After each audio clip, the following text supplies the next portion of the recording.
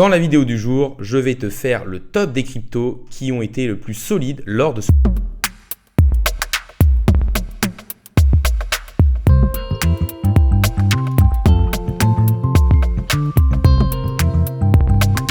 Salut à tous, c'est Inspecteur Crypto, bienvenue dans la vidéo du jour qui va être un top crypto des projets de crypto-monnaies les plus solides lors de ce bear market. L'objectif, ça va être de voir les projets les plus résilients, ceux qui ont le moins baissé lors du bear market, pour essayer de comprendre où placer possiblement les fonds lors du prochain bull market. N'hésitez pas à liker la vidéo, à commenter ou à vous abonner, ça récompense le travail que je fais au jour le jour et ça permet de gagner en visibilité. N'oubliez pas non plus mon Twitter InspecteurCrypt1, ça me permettra aussi de gagner en visibilité. Ce que je tiens à vous dire, c'est deux petits disclaimers. Premièrement, je ne suis pas conseiller en investissement financier, donc faites bien vos propres recherches de votre côté. Et deuxièmement, les crypto-monnaies de ce top ne sont pas forcément achetées parce que possiblement des caractéristiques ou des crypto-monnaies en question font qu'elles ont moins baissé que les autres. Mais passons tout de suite sur le thème de la vidéo du jour, à savoir les top cryptos les plus solides de ce bear market. En 10e position, nous avons le KCS qui est la crypto-monnaie utilitaire de l'échangeur centralisé KuCoin. Alors, pour moi, il faut relativiser leur perte par le fait que le KCS est en grande partie détenu par l'échangeur centralisé KuCoin et surtout que forcément lors d'un bull market, les projets qui font le plus d'argent sont les échangeurs centralisés car il y a énormément de transactions et qu'ils gagnent leur argent sur les frais de transaction, mais qu'ils continuent aussi de gagner de l'argent lors des bear markets parce que pas mal de personnes vont essayer de shorter et qu'il va avoir pas mal de liquidations. Donc on a donc un pourcentage par rapport à son TH d'une perte de 77% et une perte depuis le 1er novembre, c'est-à-dire le début du bear market, de 77%. Pour l'instant, le KuCoin est plutôt résilient car il est quand même dans le top 10 des meilleurs performeurs parmi les plus grosses crypto-monnaies. De plus, c'est un échangeur assez intéressant qui permet d'avoir plus de 500 crypto-monnaies disponibles et pas mal de pépites. Maintenant, petit disclaimer, on a vu avec FTX qui était le deuxième plus gros échangeur mondial que le fait de ne pas détenir ses clés privées était dangereux.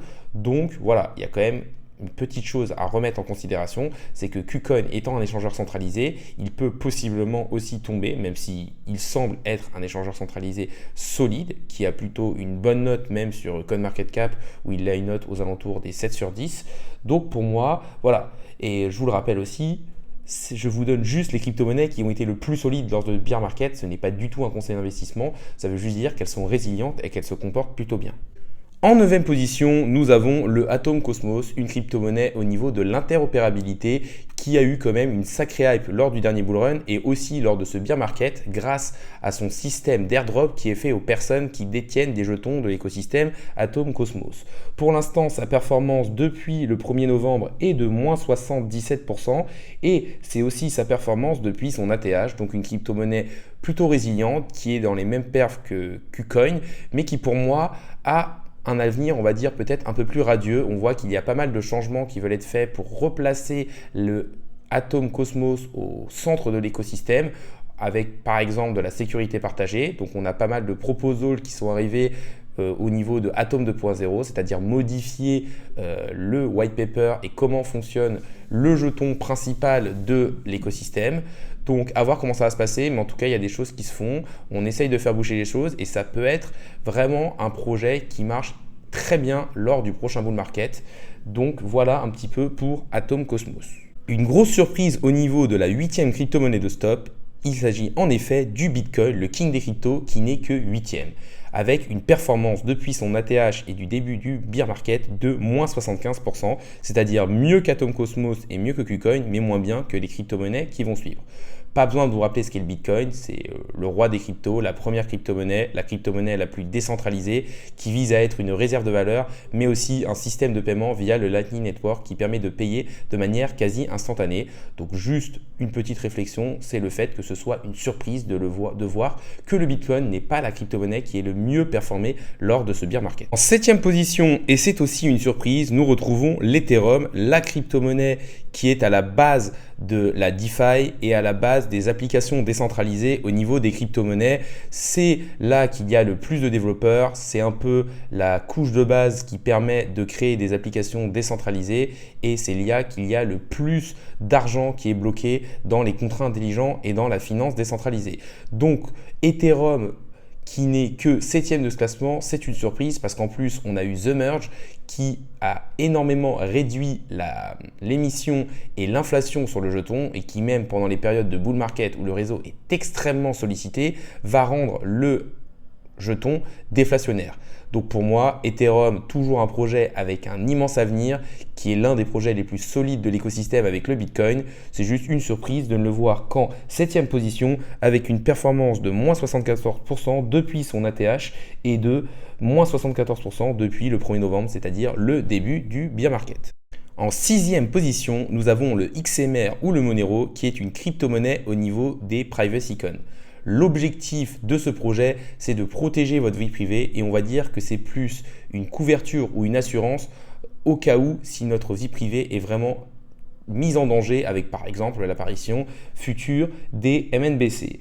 On voit que le Monero a une performance depuis son ATH de moins 72%, mais qu'il a été très résilient depuis le début du bear market, car depuis le 1er novembre 2021, c'est-à-dire le début du bear market, le Monero n'a perdu que 46% de sa valeur, c'est-à-dire une performance bien supérieure au Bitcoin ou à l'Ethereum, mais il faut remettre en perspective le fait que son ATH avait été fait du coup bien avant celui du Bitcoin. En 5e position, nous avons le QNT qui est la crypto-monnaie du projet Quant. Ce projet a fait un moins 70% depuis son ATH, mais n'est qu'à moins 60% depuis le 1er novembre, donc c'est une crypto-monnaie plutôt résiliente. Après, il faut remettre en contexte les choses, car ce projet a une énorme hype au niveau des réseaux sociaux, car énormément d'influenceurs ont chillé le projet, qui vise à être une infrastructure qui va permettre de travailler avec des entreprises et des systèmes traditionnels tout en les connectant au blockchain. En fait, ça va permettre une interopérabilité entre le Web 2 et le Web 3. Mais en tout cas, c'est un projet solide qui, pour moi, n'est pas totalement connecté avec la façon de penser des crypto-monnaies et le fait d'être décentralisé, mais qui est quand même un projet intéressant pour le futur. En 4e position, nous avons le Matic, qui est un projet très intéressant, principalement au niveau de la scalabilité des blockchains, car lors du prochain bull market, il était surtout connu pour être le layer 2 d'Ethereum qui permettait de faire des transactions à moindre coût, mais c'est un projet aussi sur lequel énormément de projets viennent se greffer et en plus de ça, il travaille sur énormément de solutions principalement basées sur la scalabilité comme par exemple les optimistiques ou les ZK Rollup. Donc un projet très résilient qui n'a perdu que moins 68% depuis son ATH et moins 60% lors de ce bear market. Sur la dernière marche du podium, à la 3e position, nous retrouvons le Unus Leo qui est la crypto-monnaie de l'échangeur Bitfinex. Il faut savoir que depuis le début du bear market, l'Unus Leo a réussi à être en positif de 30% et qui n'est qu'à 58% de son ATH. Donc vraiment une crypto-monnaie très résiliente lors de ce bear market. Comme je vous l'ai dit pour les échangeurs centralisés comme KuCoin que j'ai cité avant, il faut prendre en considération différents critères. Déjà, une grosse partie de la supply des jetons d'échangeurs centralisés sont détenus justement par ces échangeurs qui les gardent en tant que jetons utilitaires et de plus, ils sont utilisés par les personnes pour payer moins de frais et des fois accéder à les launchpads, etc., etc. Donc ils ont une réelle utilité, mais il faut aussi remettre en cause que possiblement ces échangeurs puissent tomber. Le Bitfinex est le 6e échangeur de crypto-monnaie, donc reste quand même un projet solide. En 2e position, et ce ne sera pas une grosse surprise pour vous, on retrouve le BNB, la crypto-monnaie utilitaire de Binance qui est aussi utilisée sur la Binance Smart Chain, c'est-à-dire la blockchain de Binance sur laquelle il y a des frais très bas. Donc pourquoi ce n'est pas une surprise de voir le BNB là qui a perdu 57% depuis son ATH et 57% depuis le début du bear market. Premièrement, on sait que Binance est le premier échangeur mondial, donc ils ont fait énormément d'argent lors du précédent bull market et donc ont énormément de cash et de fonds de côté. De plus, la crypto-monnaie BNB est extrêmement utilisée. Elle va être utilisée au niveau de la Binance Smart Chain, par exemple sur la DeFi, pour payer les frais.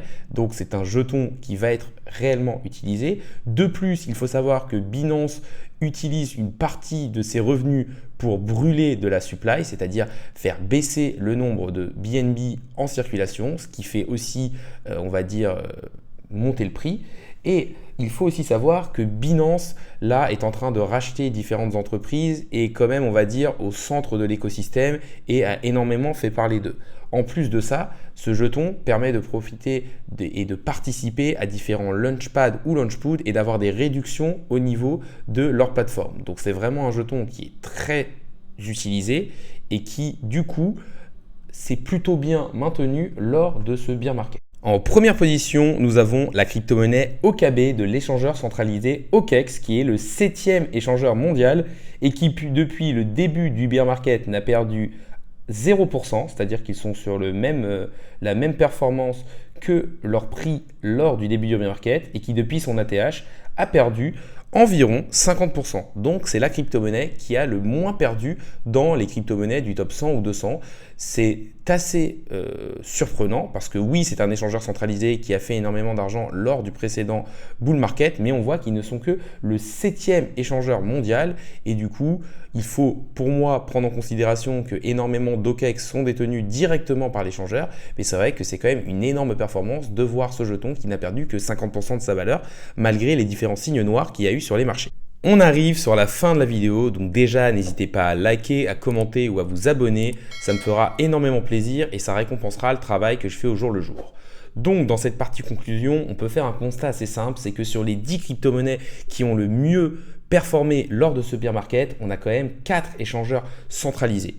Donc il faut pour moi mettre un gros disclaimer là-dessus, acheter ces jetons reste dangereux car on l'a vu, même FTX qui était le 2e plus gros échangeur centralisé est tombé et cette centralisation enlève une certaine transparence et du coup il y a toujours un risque qui est associé. On voit aussi que ces crypto-monnaies-là qui sont des échangeurs centralisés arrivent aussi à bien performer parce que déjà elles détiennent une grosse partie de leur supply, mais aussi car c'est ces échangeurs centralisés qui ont fait énormément d'argent lors du précédent bull market.